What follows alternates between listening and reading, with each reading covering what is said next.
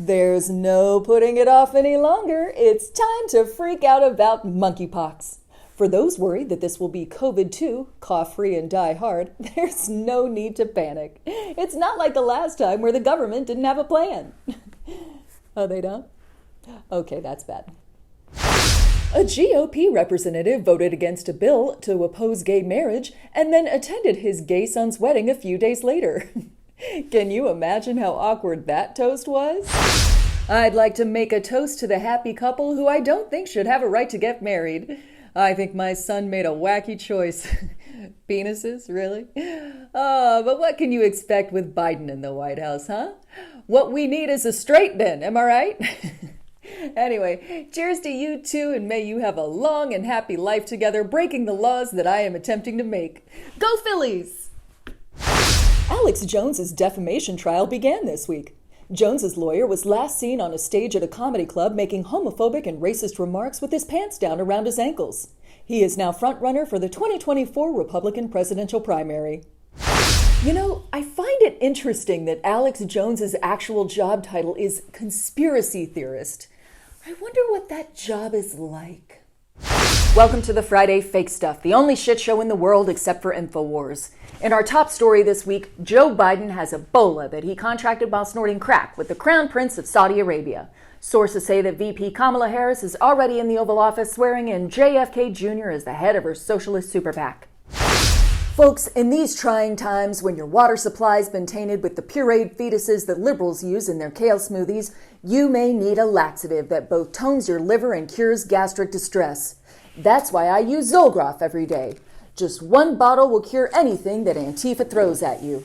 Zolgraf, the best American healthcare has to offer.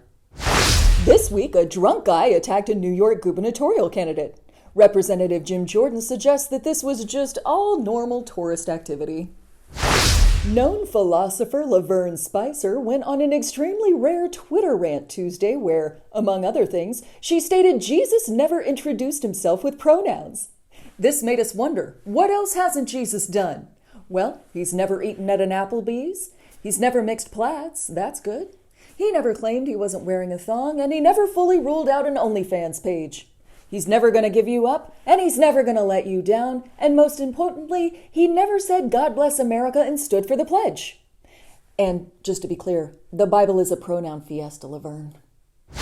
Senator Elizabeth Warren is demanding a crackdown on the airline industry. Citing airline bailouts, worsening travel conditions, and increasing fees, Senator Warren called on government regulators immediately to do a something.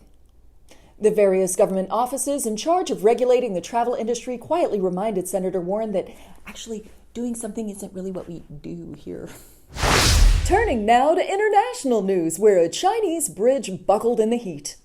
Following concerns that this is another insidious plot to unseat the U.S. as a global superpower, officials have reassured the public that America is still number one in crumbling infrastructure. More bad news from the Far East, where a Chinese rocket is falling back to Earth, but no one is quite sure where. I mean, come on, how hard could it be to find? It's not rocket science.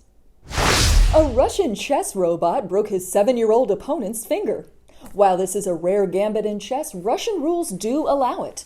The child has been arrested for damaging the robot and sentenced to 20 years hard labor in a Siberian prison. Busy week for the Russians, who are pulling out of the International Space Station. But someone who is not pulling out is Nick Cannon, who has welcomed his 8th child. This news story brought to you by Trojan Condoms. Keeps you from having 8 kids. Full Frontal was canceled after 7 seasons, leaving just 2 women in late night, and 1 in a sort of late Friday afternoon slot. Your efforts are valid, but I don't think you can step up and challenge.